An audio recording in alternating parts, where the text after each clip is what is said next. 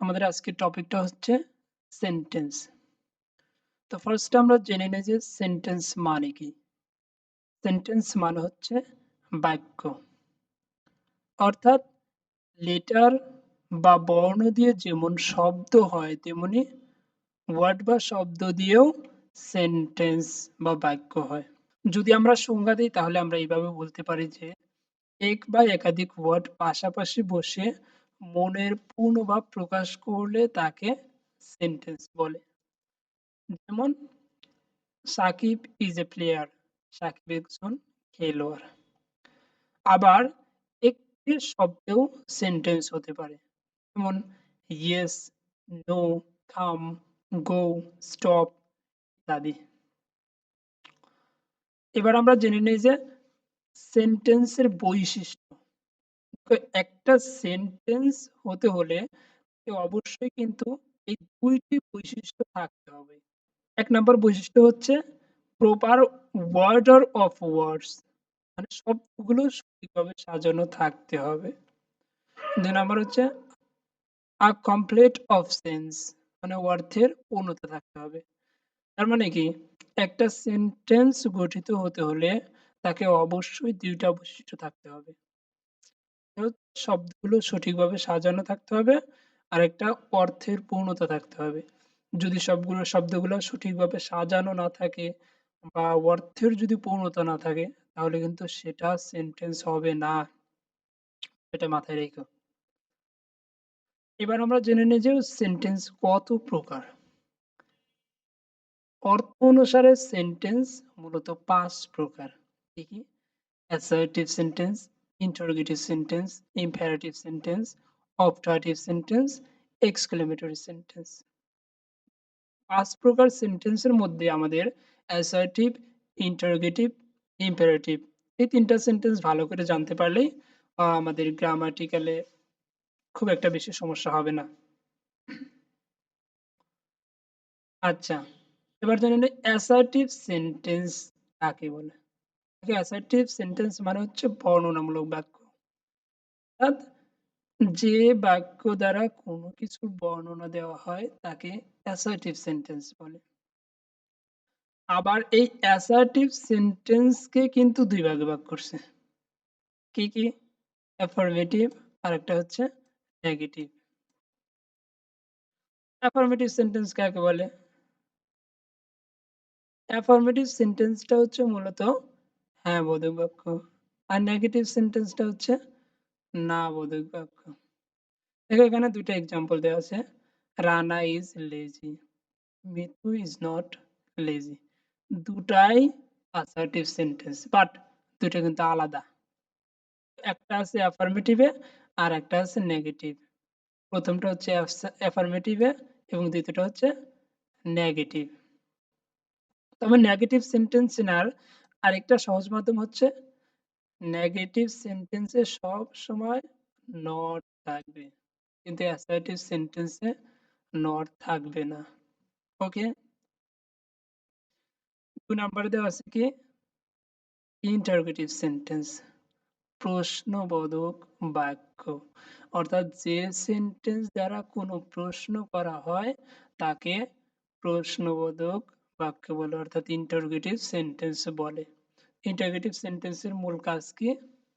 প্রশ্ন করা। ওকে, দেখো আবার এই ইন্টারোগেটিভ সেন্টেন্স কিন্তু ২ ধরনের হয়ে থাকে। ইয়েস নো কোয়েশ্চেন আর একটা কি WH কোয়েশ্চেন।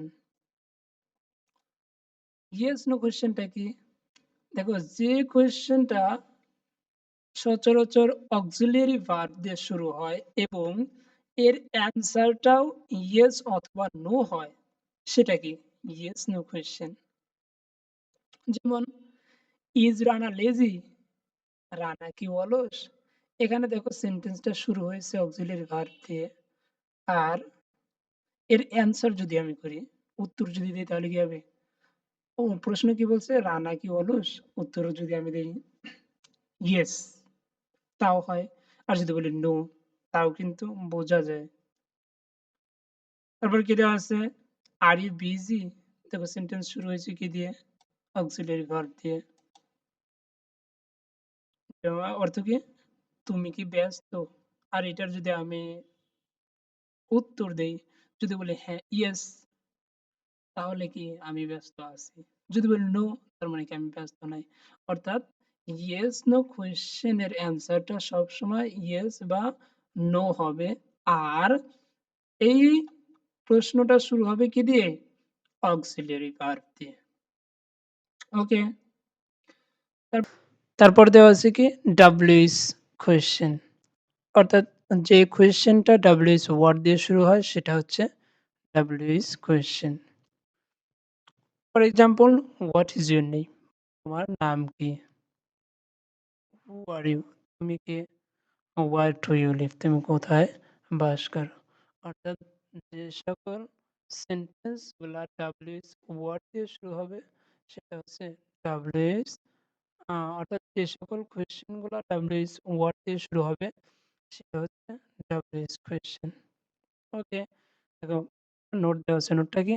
ইন্টারোগেটিভ সেন্টেন্সের শেষে নট অফ ইন্টারোগেশন বা প্রশ্নবোধক চিহ্ন বসবে। অবশ্যই ইন্টারোগেটিভ সেন্টেন্সের শেষে এই একটা প্রশ্নবোধক চিহ্ন বসবে। যদি প্রশ্নবোধক চিহ্ন না বসে সেটা কিন্তু ইন্টারোগেটিভ সেন্টেন্স হিসেবে বিবেচিত হবে না। তারপর দেওয়া আছে কি? Imperative sentence. ইম্পারেটিভ সেন্টেন্স মানে হচ্ছে আদেশ, উপদেশ ও অনুরোধমূলক বাক্য। অর্থাৎ যে সেন্টেন্স দ্বারা আদেশ, উপদেশ, অনুরোধ বোঝায় তাকে ইম্পারেটিভ সেন্টেন্স বলে। তবে এই ইম্পারেটিভ সেন্টেন্সটা চেনার আরেকটা সহজ মাধ্যম হচ্ছে ইম্পারেটিভ সেন্টেন্স সবসময় ভার্ব দিয়ে শুরু হয়। For example, open the door, দরজাটি খোলো।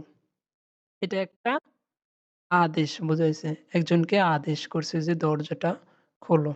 তাছাড়াও এই সেন্টেন্সটা দেখো, এই যে ওপেন ভার্ব দিয়ে শুরু হয়েছে।